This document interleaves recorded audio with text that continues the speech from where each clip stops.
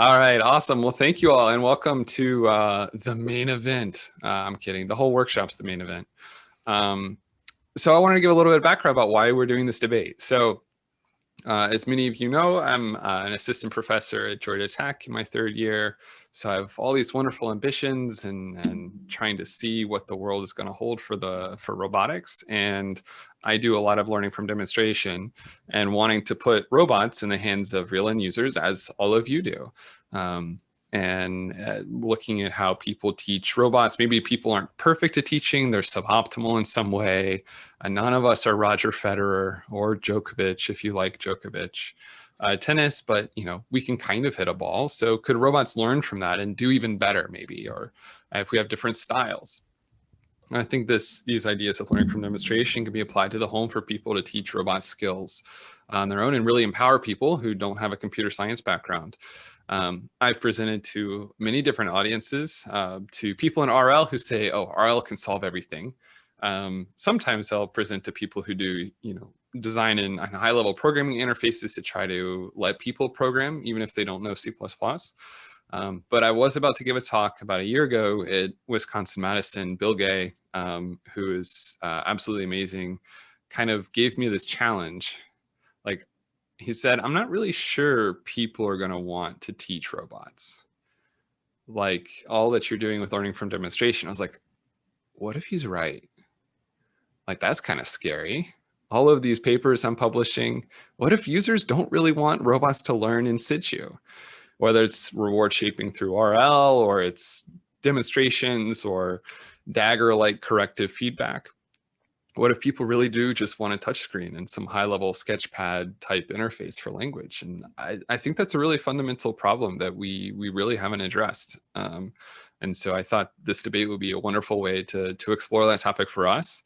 And just as a kind of a helpful disclaimer on behalf of our debaters, I have given them license to take positions that they may not fully agree with. So if somebody is taking a side, that may not be fully reflective of their research, but they are putting a hat on for the sake of this debate to help discover maybe the truth about where we should be going as a field for robots to interact with people. But you can definitely follow up with them afterwards. And I think they'll have some time in the Q&A to express their own opinions and depart from their strict side for the sake of the debate. All right, without further ado, I'm going to turn it over to the debate hosts, Drs. Nakul Gopalan and Teska Fitzgerald. Hey everyone, I'm Nakul, and I was hoping Teska would introduce herself. Hi, I'm Teska.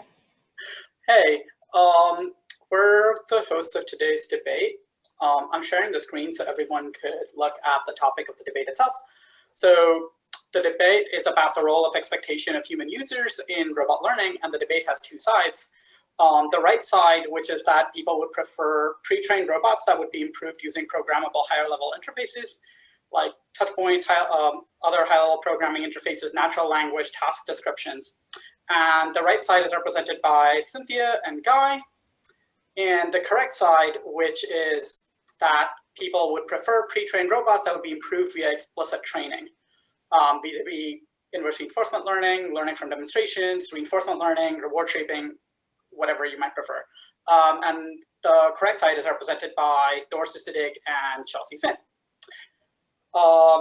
Here is the rudimentary structure of the debate. There's an initial audience poll, which is out right now. The panelists would introduce themselves in about a minute each next. There'll be opening arguments where each panelist would present a 5-minute argument. I'll call upon them one at a time. Then we'll have a moderated discussion for about 15 minutes, after which we'll have about 10 minutes of closing remarks. And I'll release the final audience poll and that period, and we'll see if there's any difference between the pre-poll numbers and the post-poll numbers at that point in time. Then we'll have 10 minutes of Q&A, and we'll release the final polls. Thanks a lot. So we'll just start with the introductions, and I invite Dorsa to come on and introduce herself. Sure. All right. We didn't see the poll, though. Are we going to see the poll? The poll is at, I think that Teska would release all of it. Okay, all right, yeah. So hi everyone, I'm Dorsa Sadik. I'm an assistant professor at Stanford, and I work on developing algorithms, learning and control algorithms for robots that can safely and reliably interact with people. So in general, I'm very interested in the problems around interaction, anything from interactive learning, like learning from interaction data, all the way to just building AI agents or teams of AI agents that can work with humans or with other agents, multi-agent problems in that space. Yeah, that's me. Cool. We have Guy next. Hi, my name is Guy Hoffman. I'm an associate professor at Cornell in mechanical and aerospace engineering. And I've been working in HRI from several perspectives, from sort of building robots and collaborative algorithms to designing social robots and robotic companions. And most recently, I've been very interested in the problem of robots helping with mental work rather than physical work. Cool. Chelsea? Hi everyone, I'm an assistant professor at Stanford. I don't work that much on human-robot interaction, but I work a lot on machine learning and robotics. I'm interested in how robots might acquire broadly intelligent behavior through learning and interaction. My research involves things ranging from new reinforcement learning algorithms and imitation learning algorithms to studying transfer, multitask learning, meta learning, both on the algorithm side and also applying them to robots in the real world. Cool. And Cynthia? Hey all, I'm Cynthia Matuzik. I'm an assistant professor at UMBC, and my work is on language and robots. How can robots use natural language as a mechanism for both learning and learning the meanings of language, but also learning about the world and tasks in the world from language. So all of that it bottoms out in machine learning as a mechanism for allowing robots to use high-level, unconstrained human language as a way of supporting human-robot communication and collaboration and allowing robots to learn more about the world around them from non-specialists. Cool. So we'll just start with the opening arguments. I'm the timekeeper, so each debater will get 5 minutes to present their argument. The order for the opening arguments would be that Guy Hoffman will go first, then Chelsea Finn, then Dorsa, and then Cynthia Matuzik. So I think it's up to Guy now, and I'll start timing as soon as Guy starts talking. All right, so first of all, thanks for inviting me to this. I've never participated in a debate, so I hope I'm going to do it right. I will not only speak specifically to the debate topic, but also probably exaggerate my opinion or the opinion I'm presenting a lot to make it more dramatic. But I will argue that people would want to and should want to directly program robots in whatever interface they can get or want or handle, rather than robots learning from humans. And by programming, I definitely don't mean writing JavaScript code. I mean could be some interface that programs them. It could be specifying high-level requirements of the robot. But people want to tell the robot what to do, and the robot should do what they tell them to do, rather than the robot trying to figure it out. My three arguments are capability, autonomy, and reduction. And the first argument is capability, and the basic argument is machine learning doesn't work. And it may work in some settings, but as a rule, it doesn't work. Sometimes it works with a lot of data, and therefore we've been kind of gotten to think that machine learning does all these amazing things. But when we look at this, it really needs a lot of pretty structured data to make any sense. If we're talking about a static world or something that's like a terrain or flying a plane or something like this, I can see how you can collect all this data. But when it comes to anything more complex, I think the data is just too idiosyncratic. And especially when it comes to humans, humans are not Mars. Humans are idiosyncratic. They have preferences. They have values. They change. They don't know themselves. They don't know what they want. They don't then behave like other people. humans are kind of weird, and I think it's sort of thinking that we can collect enough data about humans that would make any sense other than in the most simple application, like getting from point A to point B, I think is a fantasy. I'm going to plug a few of our own projects as a reference point. So we're talking about, like, for example, robots that help designers make design decisions. And so we're like, okay, let's do this with this neural network. And we've been working on this for several years now. But imagine you want to design a new train station. How many design examples can you get of a train station by different designers in a way that would make any sort of like coherent sense? In some sense, if you solve a problem, if you're a researcher, if you're a designer, if you're somebody who does something creative, by definition, you only do it once or maybe twice. So there aren't like a million examples of designing, the new train station in London. It just doesn't make sense because it's a unique problem. The second thing is that you kind of have to assume, if you want to collect a lot of data about people doing a certain task that is not just a rote task, is that people are in some sense similar to each other. Any model assumes a generalizability from a certain example to a model. And I think this is unfair to humans who are not similar to each other in a very profound way. I think people, people are not cookie cutter. People are not easily compared to each other. And I think we shouldn't try and build models that will reduce people to being too similar to each other. Second argument, so this is the argument for capability, for just not being able to collect enough data about human behavior that will make sense for machine learning models. The second argument is autonomy. And so people want to be in control. They don't only want to know why something works and how it works, but they also want to determine how it works. They want to decide how their specific values and how their specific attitudes would be embedded in the robot's behavior, and they want to have control over these things. I think if we learn anything from AI algorithms over the last few years, that whenever they try to figure you out, it only comes out as creepy. Think about Facebook, and once Facebook knows you better than your friends, you're not like, oh, thank God we have something that understands you better than my friends. But instead you're like, why does this algorithm understand me so well? So sorry? You have about 30 seconds. Oh.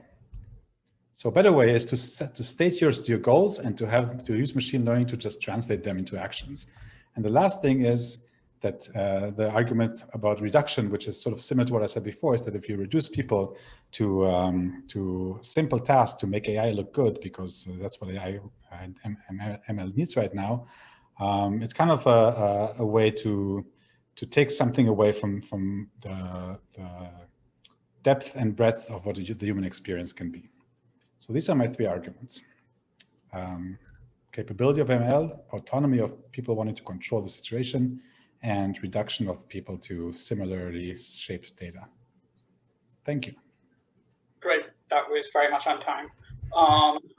We have Chelsea next. Great. So I'll start by, I guess, maybe I'll first say, hi everyone, it's great to be here. I think the last time I was in a debate was when I was an undergraduate in MIT's Robotics, Science, and Systems course. I think I lost the debate as well, so hopefully that's not a sign for this one. I'll start by responding to Guy's point about machine learning not working. And I think that my argument there is that I think that non-learning based approaches to robotics don't work. I think that with the exception of factories, we don't have approaches, we don't have robots in our daily lives interacting in human environments. On the other hand, we do actually have machine learning systems in our daily lives, ranging from speech recognition to on your phone to translating languages using Google Translate. And while machine learning needs a lot of data, machine learning systems don't need a lot of data for every particular situation that you're in. You might be able to generalize to a new situation with a very small amount of data using techniques like few-shot learning and fine-tuning and so forth. And there's also a lot of data on the internet of humans doing things, for example, and that might be quite helpful for robots to learn skills as well as learning about humans. Okay, but now I want to kind of focus on why we should use learning. And I think that learning is essential for a number of reasons. First, I think robots are inevitably going to encounter situations that they don't know how to handle. New environments, new tasks, and in open world environments, it's impossible to try to anticipate all of these possible scenarios and program in what the robot should do. And learning gives us a framework for allowing the system to adapt to those situations and create behaviors that can operate in those situations and solve those tasks. And I mean, simply kind of hard coding behaviors won't cut it. I also think that this is really important for, actually, I think one of the points that Guy brought up is that people can't be kind of put into cookie cutter situations. People want different things from robots, and if robots can adapt to different users and personalize for those different users with machine learning, then people will probably be much happier with the robots. Great, and so I think that, I mean, those are, I think, my main reasons for using learning. I also think that, like, machine learning is really one of the, kind of like I mentioned before, it's really one of these few examples where we've actually seen a system generalized to open world environments, including millions of users around the world. And it, to me, that is really one of the most promising techniques for bringing that sort of real world generalization to robots. The last point that I'd like to touch on is why not use natural language, why not use higher level interfaces. I guess I already mentioned this, but we can't possibly anticipate everything the user is going to want. And if we have a high level interface that tries to kind of have a user kind of pressing buttons for what they want, then there's probably something on there that they want that they can't get from that interface. Language is a lot more flexible than that, and language can represent things that that wouldn't be on like a menu, for example. However, the language grounding problem is incredibly difficult. And it's possible that language grounding is even more difficult than solving robotics. And there is some evidence for this, that there are animals like primates and so forth that can't speak English, but they're really good at doing a variety of motor skills, for example. And you can also kind of train your dog to do something for you as well. You can train other animals to do things without having to solve the language problem. And so I think that if we can go for a problem that's a little bit easier, then we'll probably be in better shape, especially because robotics is such a hard problem. And so we shouldn't make it even harder for ourselves. And I'll end there. Thanks a lot. Dorsa, it's you next, and I think I'll just display the timer on my screen when it's closer to a minute, so you can know. I'm sorry about interrupting you, Guy. Good. Yeah. All right. Yeah. So first off, yeah, thanks for inviting me. This sounds like a really fun discussion to have. I've also never been in a debate before, so this is my first debate. We'll see how that goes. Also, another point is that I'm going to exaggerate a little bit. I do think both of these approaches are pretty powerful, but so let me just take my side and exaggerate why I think explicit learning is actually important and the way to go. So I'm going to talk about three main points. And some of them, like Chelsea has already mentioned some of these points, so I'll go over some of them briefly. So the first point is really just data, right? If we want to use learning, right? Like if you're in a setting that we want to use learning, we want to do robot learning, we need a lot of data. Like we know that we need quite a bit of data, and humans are very inefficient in providing that data. So if you think about like a UI or like querying people to provide feedback, humans are giving us one bit of information. That one bit of information is not gonna get me anywhere in terms of how my robot should grasp an object. So, or even if I'm using language, maybe it's a little bit better, but it's still pretty high level. It doesn't tell me the style. It doesn't tell me how I should be doing a task. And in general, people tend to be pretty inefficient in providing that data. And if you're thinking about bringing in the human in the learning loop somehow, either for fine tuning at the end of the day, or just during the learning loop, reinforcement learning loop, bringing in the human, that's a very difficult problem. I haven't seen anything that has been very successful in bringing in the humans, because again, humans tend to be very inefficient in providing that data, and we need a lot of data. And one point on that was in the motion, I think we were talking about pre-trained models, and I'm not sure what level of pre-trained models you're talking about. If you already know how to, let's say, grasp an object and do everything that's important for the task, and it's just a matter of like figuring out fine tuning to a person. If the person wants the yellow cup or the blue cup, sure, like I can query the person and I can rely on user interfaces or language. But if I want to learn something meaningful about the task, about how to do the task, I don't think, like I think explicit learning is really the way to go. So that's my first point. Data, like humans are inefficient in giving us data, so we should like rely on explicit learning. The second point is really about just these interfaces and mediums of communication like language. And I want to emphasize that often they're not very expressive. So it's kind of like building on the last point. And what I mean by they're not expressive is that they're often it's often very difficult to express what we really want in using these mediums, or sometimes it's even impossible. So an example of when it is difficult is like imagine that boat racing game that people use for like reward shaping, right? You can write out like my objective is win a boating race. And that's an objective written in English, like it's an instruction. But that is super like that corresponds to a super underspecified reward. And that leads to all sorts of like reward hacking problems of the boat like circling around and doing all sorts of like weird behaviors. And well, why is that? Because like the medium that I have for communicating to the person is not expressive enough for me to write out like what should actually the robot do. But if I have demonstrations, I don't really have like that problem, right? Like if I have like actual demonstrations of how a boat should win a racing boat, then I can just use that, and that would be really powerful for me learning how the robot should do that. I also said like sometimes it's impossible. So a project that we are looking at right now is a project around assistive feeding.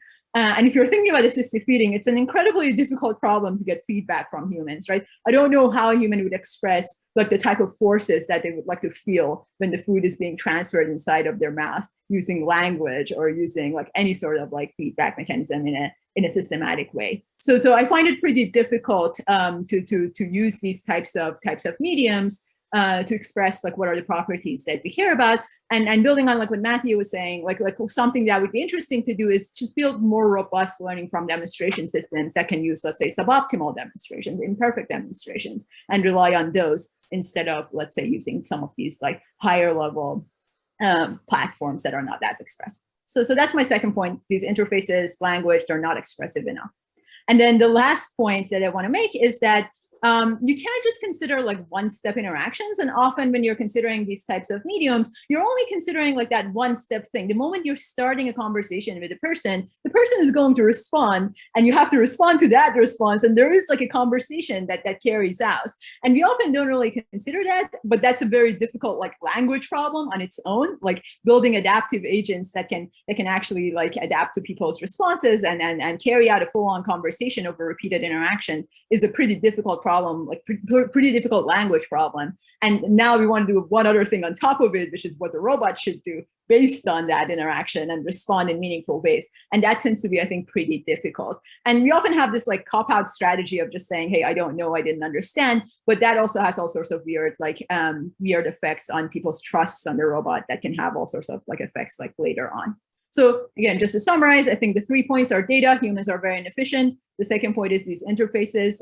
They tend to be not very expressive, like using UIs or language. And then the last point is we have to carry out like a multi-step interaction the moment we start that one-step interaction. That ends up being pretty difficult. Cool, thanks a lot. Cynthia, it's you next. Okay, well, I'd also like to say thank you very much for inviting me to join in this. And I'm not even going to admit how long it's been since the last time I did a formal debate, but long enough that I have all kinds of excuses for not doing well if it goes that route. So I'm going to go ahead and I think follow the same kind of 3-step program that we've laid out here. But I'd like to start off by saying that one of the goals that I think we can all agree on is that we want to be flexible enough to handle a wide variety of situations in this sort of big, complicated world. And from my perspective, being flexible enough to follow instructions or understand what's desired from a human, where flexibility entails not only doing better at a well-defined task, like for example, assistive feeding, but in fact, being able to handle a variety of tasks as they come to you, being flexible enough to handle instructions in a situation where all you know is that the robot has a certain set of capabilities and a human is trying to convey a certain set of needs, it's hard to predict what these lower level building interfaces are going to look like if you don't have some higher level way of specifying, here are the tasks I want you to engage with, here's how I want you to interact with the world. And I'm kind of glad that Chelsea brought up that the language problem and the symbol grounding problem is incredibly hard, because of course that's what I do. And while it is hard, I don't think there's any sense in which it's too hard for us to tackle. There's significant progress happening in, language grounding as it pertains to objects and tasks and goals and specifications of people's states and desires. And I'm personally not necessarily allergic to making it harder for ourselves, even if that necessarily means bringing in things like dialogue, where we're going back and forth, keeping track of people's reference and things in conversations and so on, because ultimately that's the kind of interaction that people want to have. So that's my second point, is that the high level interactions where instead of learning how to train the robot, you're just sort of using the extremely expressive mechanisms like language to convey the things that you as a person already know how to convey, or these easy to learn mechanisms like touchpad interfaces and so on, limits the amount of the effort that's being put on the human, the eventual user, by shifting it to us, the researchers. And I don't think that's something that we as researchers should shy away from. And my final point, I think, is something that's very consistent with something that Guy said earlier, which is that if we tend to build these low-level interfaces where we're learning from explicit interactions, explicit reinforcement learning, and demonstration and so on, we're putting an artificial throttle on understanding how people actually want to interact with our systems by building systems that interact with them in a certain way, rather than by putting the systems out there and letting them, fail at what they're doing and tracking what exactly people are trying to accomplish with them, what the actual goals are. So I think these more open-ended systems that, again, taking language for an example, where we may not the first time or the first 30 times understand exactly why our robot is failing to handle the higher level specifications, but we've put ourselves in a better position to ultimately understand the different range of things that people may wish to do with the robot, is what we as researchers should be targeting, or at least that's what I as a researcher target. And I will also put in the caveat that I'm speaking very strongly here for the sake of the debate. So that's more or less the points that I'd like to make.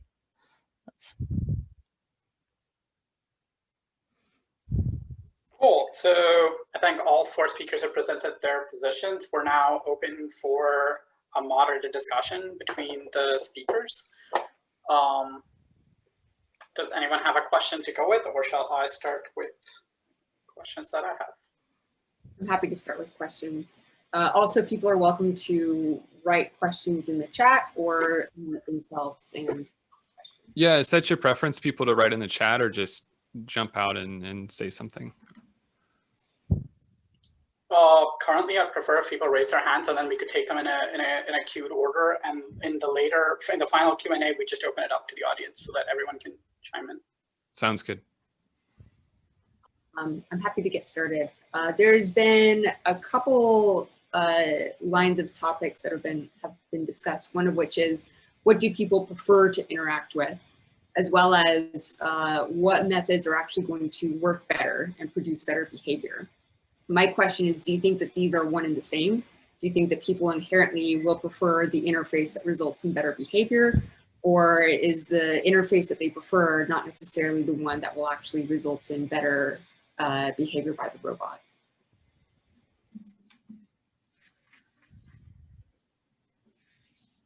So like any of us, or any of us jump in?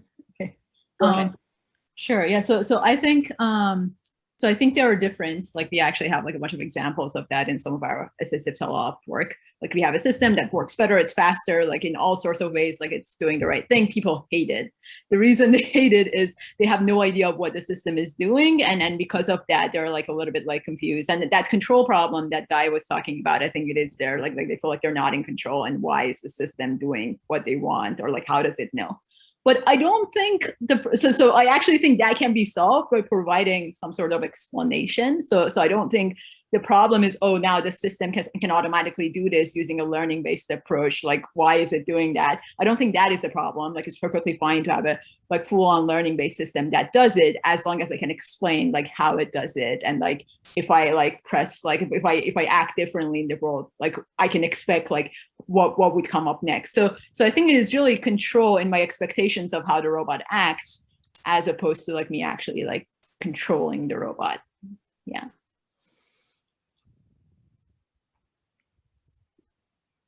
So I'm happy that Dorsa had a similar experience that we had in our experiments, that people are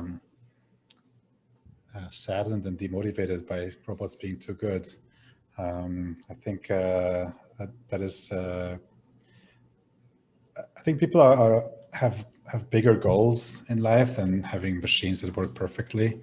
I personally find it annoying when Netflix knows what I want to watch, because I feel that it sort of like de-autonomizes my choices and doesn't allow me to change. So overall, I think efficiency is not the only or main goal that we should strive for when we develop technology. I think we should strive to empower people to live their best lives, and that's not necessarily being the most efficient.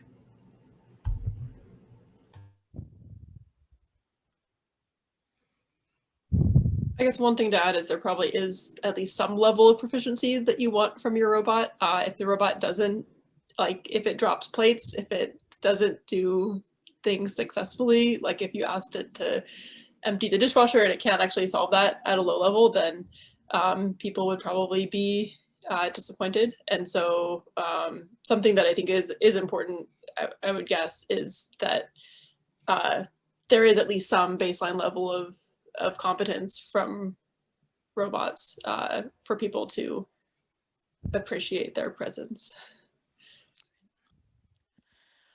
I certainly don't disagree with anything that has been said, but I'll also throw out there that it does depend, the nature of the interactions that you expect do depend somewhat on the context.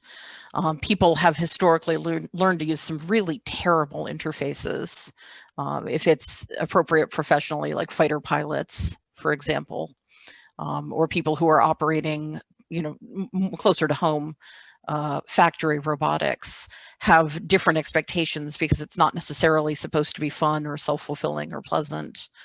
It's, a mechanism for accomplishing something, whereas that's quite distinct from what you're hoping for from a robot that's a day-to-day companion, for example. So I think the question is somewhat contextual. I think that I agree with that as well. We actually had at NeurIPS in 2017 or something like that, we took the robot down to Long Beach and had robots kind of show the robot from a video of a human what they wanted the robot to do, and the robot would do one-shot imitation from videos of humans. And in general, I think the machine learning researchers found it a lot of fun to show the robot what to do, and also to try to mess with the robot and see how it would react and so forth. But I think it also really depends on the context and the sort of situation that people are in. Thank you. Matthew, do you want to go ahead? Yeah, thanks. So we had some fireworks at the beginning there, in particular with Guy, and then a retort from Chelsea that machine learning sucks, and then current systems deployed today that are engineered suck. And okay, so I'm exaggerating a little bit with the suckage, but I just kind of wanted to see, like, what is it? Is it that none of it is good because humans are just so much more capable, or is it just one's better than the other? Like, what do we see? I mean, I think in autonomous driving is an interesting case with companies taking very different perspectives on this. So I just love to hear what you all think. What is it? Do engineering systems suck, or does learning suck? It can be both. I think that both in general, because at least for robotics, because we don't have robots operating in our daily lives outside of factories for the most part. Like I have a robot vacuum cleaner, but that's probably it. And robotics is a really hard problem. I guess, in terms of autonomous driving, I don't know of any any system that is not using learning at least somewhere in the stack, at the very least for perception, if not in other places. And I don't think that, I think that, I mean, I guess there are success stories of engineered systems and there are success stories of learning-based systems and so forth. But I think that in terms of problems that are closest to the robotics problem, I think that we've seen more successes in machine learning systems because of the really big challenge of open world generalization to many users, to many scenarios and so forth. You can upload a photo to Google Photos or whatever, Facebook, and it can recognize things in the image using machine learning. And I think that that can't be said for approaches that don't use learning. If I could sort of comment on this, so I think learning works really well in certain cases, and the way I distinguish the cases in which learning works well is when so I did machine vision in the 90s, and all we did was trying to figure out what features matter, and then at some point realized we have no idea what features matter, and we shouldn't even ask this question. And then deep learning came around and said, don't worry about the features, we'll find the features for you. I think when we try to think about how we think, we're usually wrong. But when we try to think about what we want, we're usually right. And so therefore, when we talk about systems that are trying to think or perceive or do things that we for decades would try to model by our bad introspection, we didn't do as well as just a statistical learning system. But when we try to realize what we want and we try to infer what we want, I think we are still the better judges of that than anything that's trying to infer this from our behavior. I think that's a reasonable point. I think that, yeah, certainly people know what they want better than and can kind of articulate to some degree, but also communicating that to robots seems really difficult. Maybe Dorsa can jump in, but I don't think that we have good models of human desires and behaviors. And if we did, then it seems like we wouldn't need machine learning techniques for learning that. But my guess is that we don't. Yeah, so I agree with that. Yeah, I think maybe it is relatively easier, specifying what you want, but in general, yeah, communicating that to the robot, it's I don't think like all the examples of reward hacking that we have are examples of when we are really bad at communicating what we actually want. I sort of do a little short retort on that.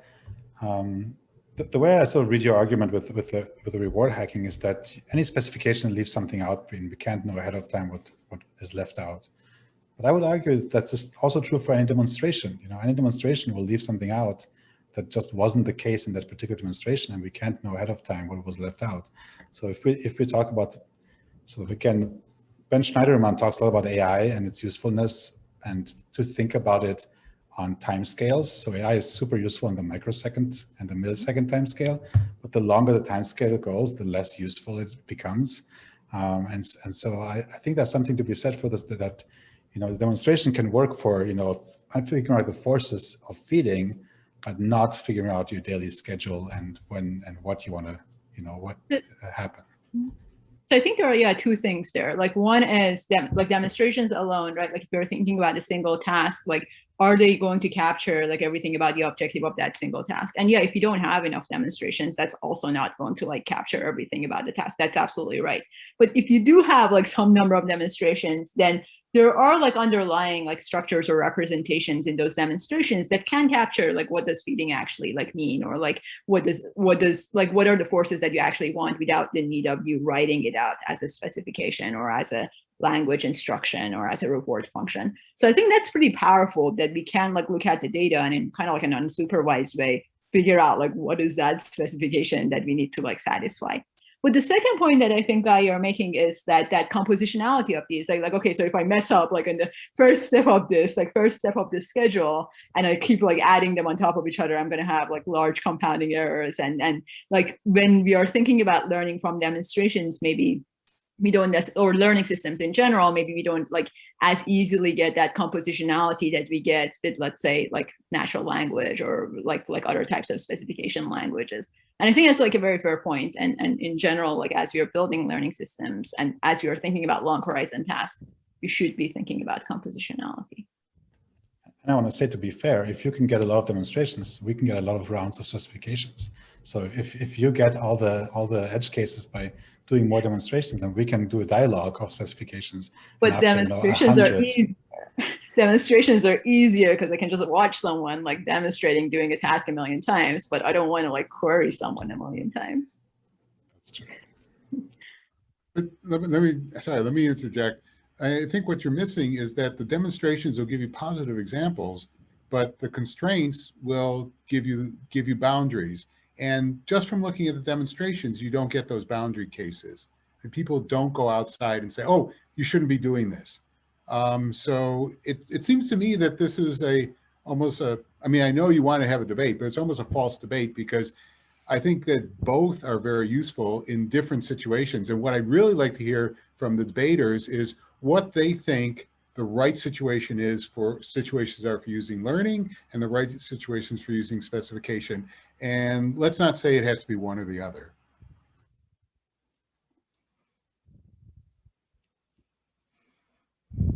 I guess one thing that I'll quickly add to the previous discussion, maybe before we move on to that, is I do think that we don't need to necessarily constrain ourselves to only using demonstrations. We can use demonstrations plus a sparse reward signal, for example, and that can give us things like negative constraints. Because if the robot isn't, if it thinks that it's following a demonstration, but it's not actually successfully completing the task, then you can tell it, no, that was a reward of 0. You didn't actually do what I wanted you to do.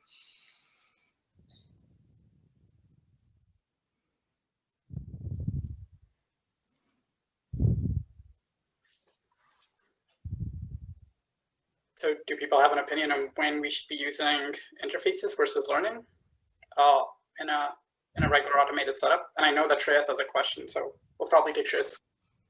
So my question relates to that, and it actually poses a very specific use case where I think I'll throw a little fuel on the fire here. I'm curious, from the two sides, learning, let's say, versus specification, which do you think will be safer? Because we've said that people will prefer, but we haven't said what that preference is. So let's say it's about safety, to bring that third aspect of this workshop into play. Do you think one or the other is safer?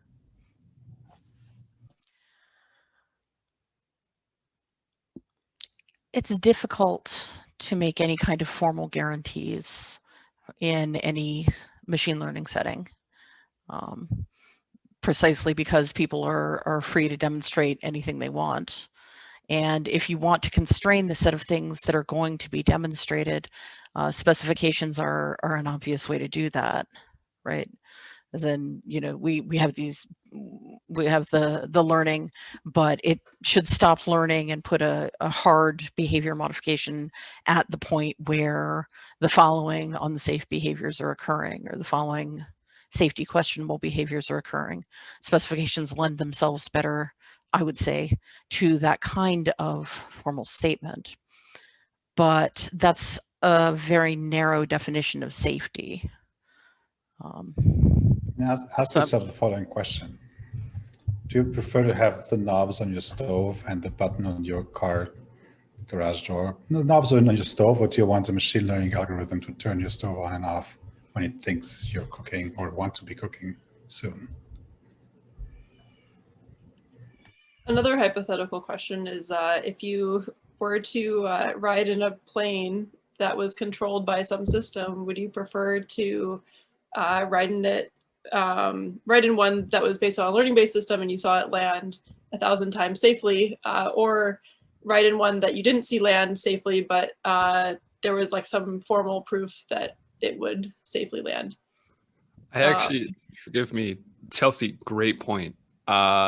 So Boeing, at a aerospace conference I was at, I talked to one of those engineers because somebody was presenting some fancy controller that nobody could prove anything about. And they're like, yeah, we actually looked at those and they're actually really amazing, but we couldn't prove anything about it. And so we wouldn't adopt it. And I think there's like the really conservative, like aerospace, like we need formal methods and stuff. And I think they're getting there, like Michael Kokenderper and stuff. But yeah, I think that's safety, and I think there's going to be a generational divide that, you know, maybe you've sensed that as well. I don't know about how people think of certification versus just experience working with the system and whether it's safe. Well, Yeah, I'll I bring mean, up a point. oh, one other thing that's challenging is that edge cases are something that is very difficult for machine learning systems. And I mean, thus far, machine learning has been primarily successful in cases where if it gets the edge cases wrong, that is usually okay. It's not catastrophic. And so, I mean, this is sort of an argument against learning in some scenarios, but I think that, yeah, I mean, maybe to Reed's question, I think that in situations where the edge cases matter a lot to get right, that might be challenging for machine learning systems, at least in their current form. And that might be a setting where you want to somehow move back onto a system that can handle those successfully. That said, I do think that like areas like autonomous driving where you have a ton of data available are a very natural setting for machine learning based systems because you should be able to leverage all of that data to be able to handle the breadth of situations that a car will handle, because there's just so many possible scenarios you can imagine. And manually programming all of those and trying to engineer a system that can handle all those situations is quickly becomes impractical. For the sake of keeping, Sorry. I'm sorry. Isn't that how it's done today in most self-driving car companies? They use machine learning for perceptual matters, but hard code the rules, right? So they do exactly what you said they don't do, I think. I think that well, it might depend on the company and so forth. I do think that they do try to, well, I'm not an expert on this, but I think that a lot of them try to program in objective functions that they want the system to accomplish. And then I think many of them do try to do some sort of learning to optimize those objective functions. But I think that the specifics probably depend a lot on the company. I know of at least some companies that are trying to learn not just the perception system, but to learn other aspects. I think that Tesla uses end-to-end imitation learning for off-ramps, maybe, but not the entire situation. But yeah, I think it probably depends on the company. I guess none of the companies have been like fully successful. So I think that that's also, the jury is still out in some ways on that. I was just going to say, from what I've heard about Tesla, their self-driving, I wouldn't hold them up as a exemplar of good engineering in these regards. Yeah, I think that maybe the bigger point is that once we hopefully see a successful system at some point, maybe we'll then know the answer to which is better. Can I add a point on that safety question? So like on the safety question, like on the surface, it feels like, okay, constraint or things that I know that are safe, right? I need to like actually encode them and I shouldn't use like a learning-based system. Like kind of like it feels like that is the right answer. But in general, like I think these constraints, like again, like that specification, like what are those constraints? They're often not obvious at all, right? Like even in the driving system, there's so many layers, right? Like, and the constraint that you want to have at the high level is I don't want to collide, but I don't want to collide translates to so many lower layer constraints that are like really hard to specify a priori. And part of the appeal of learning is, I feel like even in those settings, like settings that we care about, like safety critical situations, like if I look at demonstrations, like I can actually infer some of those like lower level constraints and what they should be. Yeah, but I guess learning has its own like issues of like if it like doesn't work well in like edge cases, like we can't explain it and that feels unsafe. But like, I think, yeah. So I think writing constraints is difficult. On that note, I want to move on to closing arguments because we're running 10 minutes over time already because things got really heated and intense right now. So for the closing remarks, we'll start with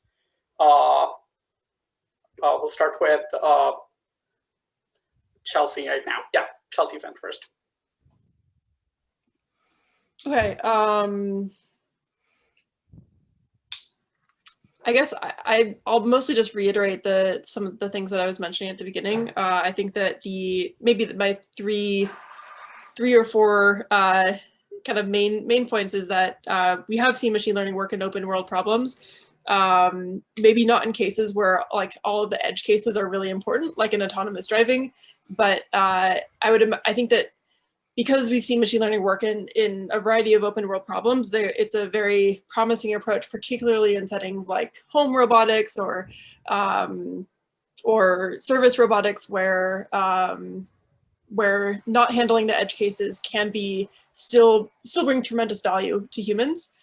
Also, learning can allow robots to adapt on the fly to new situations and handle a wide variety of situations and kind of adapt themselves to humans. And then lastly, the grounding problem itself, grounding high-level specifications and language to perception and control is a very difficult problem, and is one where I think that learning could probably be quite helpful for grounding. And so I think that, yeah, the three things are: machine learning works well in open world problems, it allows us to adapt on the fly and personalize to a variety of situations, and it allows us to avoid the problem of grounding high-level specifications to low-level perception and control. Great, we have Cynthia next. All right. I'll go ahead and reiterate, and I think we can all agree that we're trying to see. I'm terrible at debating. I think it's worthwhile I think we can safely say that we all want to be able to handle a wide variety of situations with our robots. We all want to handle sort of different contexts, problems that may come up, or problems that we have to have our robots solve with respect to interacting with users. But I would still argue that the higher level you get, the more you get into truly novel situations, the harder it gets for pure learning rather than specification to handle. I've never seen this problem before. I've never seen some of the elements of this problem before. I don't know what some elements of these instructions are. And the kind of varying level specifications that you give that you can break down, even the ones that, yes, bottom out in machine learning, ideally for solving them, give you the ability to specify at the level that is both appropriate for the idiosyncrasies of the problem that this particular robot is encountering in a particular space, but also at the level that people want to interact. It gives people the ability to sort of choose the level of instruction they want to give. Which whether you can actually then do that is, of course, an open question for research. And ultimately, ultimately, it's worthwhile noting that as long as you're accepting specifications from humans, whether or not you can obey those specifications and follow them, you're not putting any kind of artificial constraint on what people are allowed to want the robots to do, what people are allowed to expect from their systems. And as long as we're still in a development cycle, that's something that we really need to keep an eye on, is, are we artificially constraining what people think of to even ask their robots to learn to do?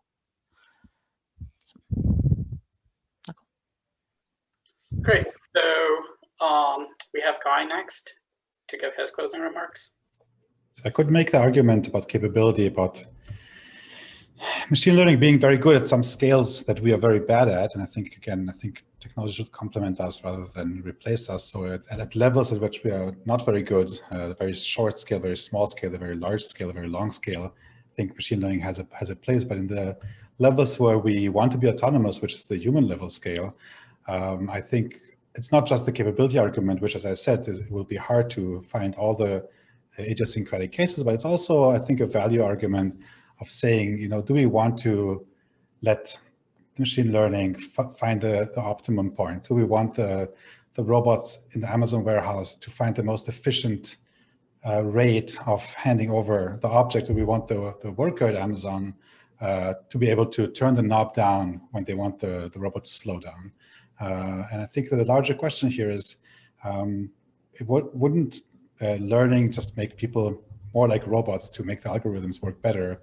And does it not mean that we will create a dehumanizing technology rather than creating empowering tools that will help us be more of ourselves? Thanks. Great, and Dorsa to give the final closing argument. Sure, yeah. Yeah, so just to summarize like some of the thoughts. So on the learning and control like discussion, I feel like this has been a discussion that we have been having for many years now. And the consensus is, oh, we need to combine them somehow, and learning has some benefits and control has some benefits. I think the difficulty here is that it's really difficult to like, it's not obvious how to combine them. Like the way that people are combining it is maybe using like control priors for learning-based systems, right? Like you put that as a prior, or you put that as some sort of like loss function, like you want to have stability. And that has been kind of like the only way of like combining them that I've seen. But in general, like I think we need to like think about like better ways of integrating control and learning, so like we do get like the benefits of the both sides. And that's really where the research problem like lies in. I think on the learning side also, like explanations are going to play a huge role there, or just some sort of explanation and accountability, like going back to like some of the questions that Kai was raising, like autonomy of people. I really think it's about explanation. I'm perfectly okay if my oven turns on at 5 p.m., like based on my behavior, as long as it can explain why it is turning on like at 5 p.m. And then on the interaction question, which is really the topic that we discussed during this debate, just to wrap up, I do think that both of these sides are important, right? Like explicit learning and also using these various like more higher level modalities. And it's just a matter of like, again, like how to integrate them. And thinking about when you're talking about like these higher level mediums, like we are interacting with people, people are adapting, people are also learning agents, and actually thinking about long-term interactions as opposed to these one-step interactions, I think is pretty important when we use some of these other like higher level modalities like language or user interfaces. Cool. The final closing poll is open. I posted the link on the chat of the Zoom meeting, and now we can just have an open session to just discuss things freely for about 10-ish minutes, and then Teska would announce the results and close the debate for us. I know briefly that Chelsea's probably going to have to run to a meeting. I actually don't have a meeting at 5, so I can stick around fantastic. For. Sounds good.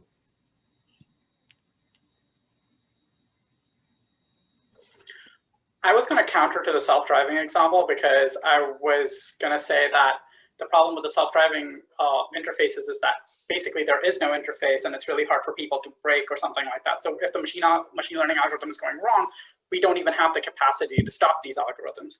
And the learning is imperfect. So there at least needs to be a mechanism in which the learning algorithm can tell you that the learning is not perfect in certain situations. And so that was also pulling in the safety thread that Shreyas was mentioning previously. So I think that more work needs to be done in self-driving cars with respect to interfaces, but yeah.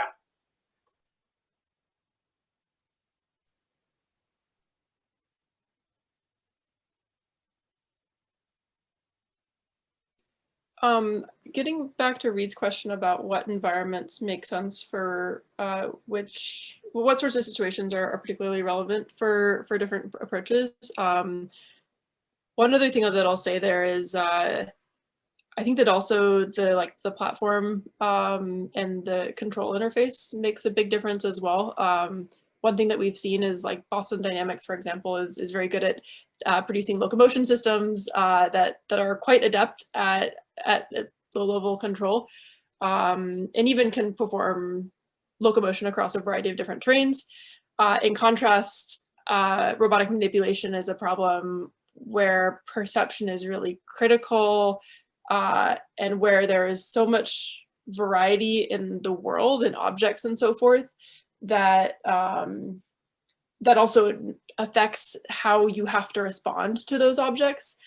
And so I think that at a high level, I think that like a lot of robotic manipulation systems need learning to handle that sort of variability. Whereas like systems like locomotion and mobility might need less learning. I think they would probably still need some learning for perception, but might need less learning in terms of, and also just generally like simpler control interfaces probably need less learning than like higher dimensional control and manipulation.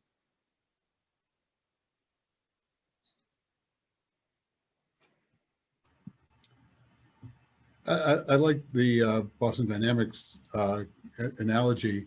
I'm thinking the types of videos they produce, with the jumping and, backflipping robots. Trying to think, doing that from a specification standpoint versus a machine learning standpoint. would be interesting to kind of look at the pluses and minuses there. Yeah, actually, I think that's actually pretty interesting. There is some work actually that used videos of animals to specify behaviors to legged robots. It was some work by Jason Pang, Sergey Levin, and others. And that seems actually like a very natural way to specify how you want the legged robot to act and to walk and its gait and so forth. Whereas I can't imagine a very intuitive high-level specification for different ways to walk, for example. Yeah, so I think that's a good point.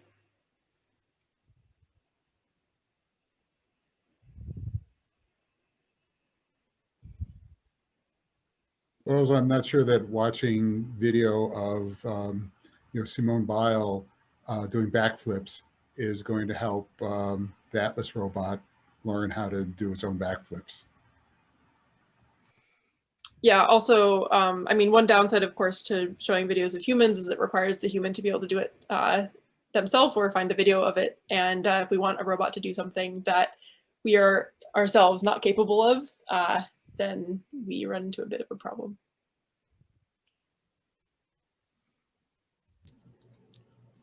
Let me maybe also make an argument for just, I mean, based on sort of what Chelsea was saying, about kind of like the limits of learning, which is the demonstrations themselves. And it's not just that the limits are what we can demonstrate.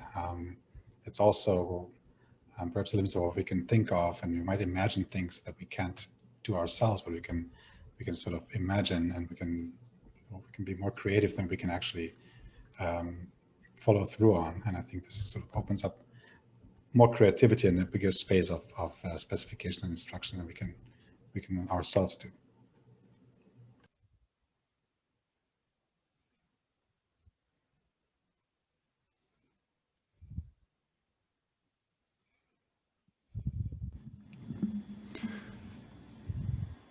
Yeah, I'll end this pause.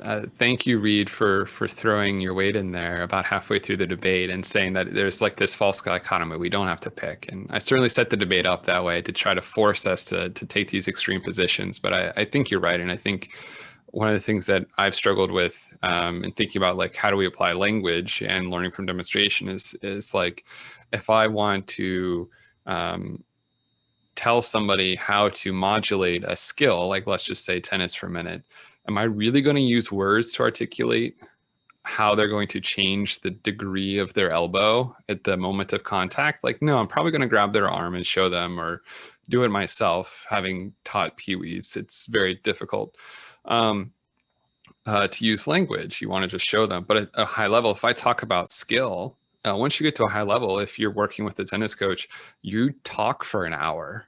There's no demonstration. There's no physical execution. It's talking about high level skills. And so I think there is a part that languages and high level interfaces may be ill suited for describing the low level, but demonstrations may or may not be appropriate for conveying like symbolic information like strategy and tactics.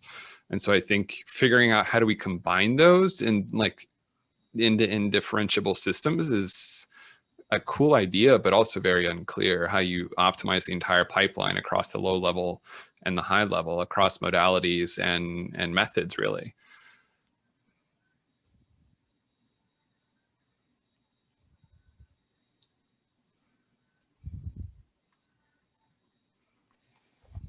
All right, I think that about wraps up our discussion. Thank you everybody for the wonderful questions. I do want to go over our poll results. Let me share my screen. So we had a pre-poll, 37 people responded, and it was split pretty evenly, 50-50 between learning and specification through interfaces. In our post-poll, we had fewer responses, but they were more skewed toward using interfaces rather than learning. So definitely an interesting shift here as a result of this conversation. I do want to go over some of the main points that were talked about today. Particularly that there's a question of which system will just plain work better in everyday use cases. The arguments for using learning is that it allows us to use large amounts of data from related problems that a robot can adapt to a new situation.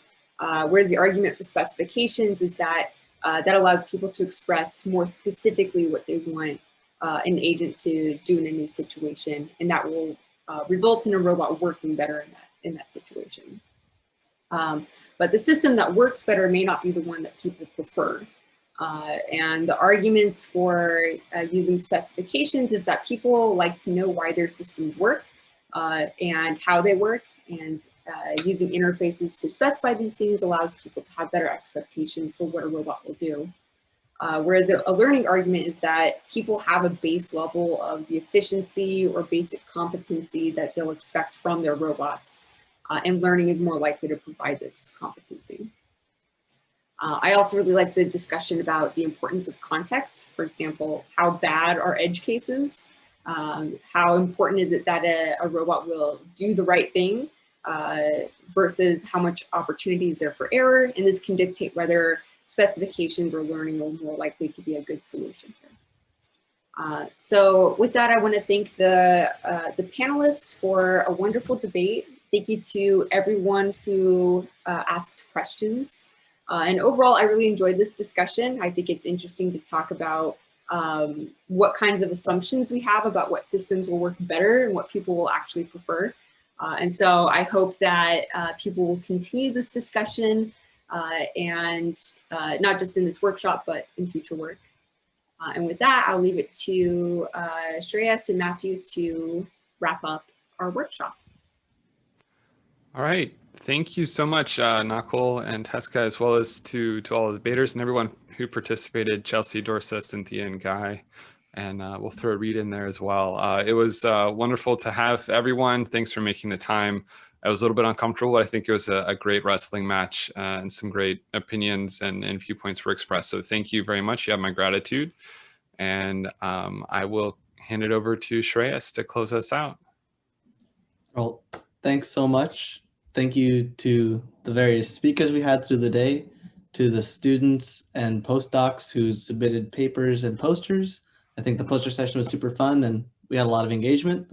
If you came to the lunch and had a good time playing some video games, that turned out to be a good activity.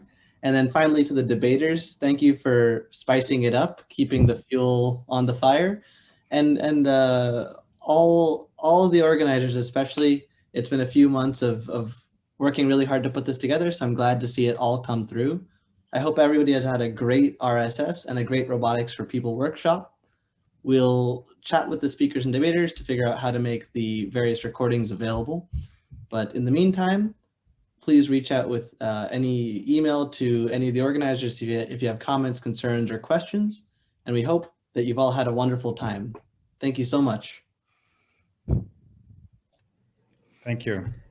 Had a great time. Great to see everybody who I know.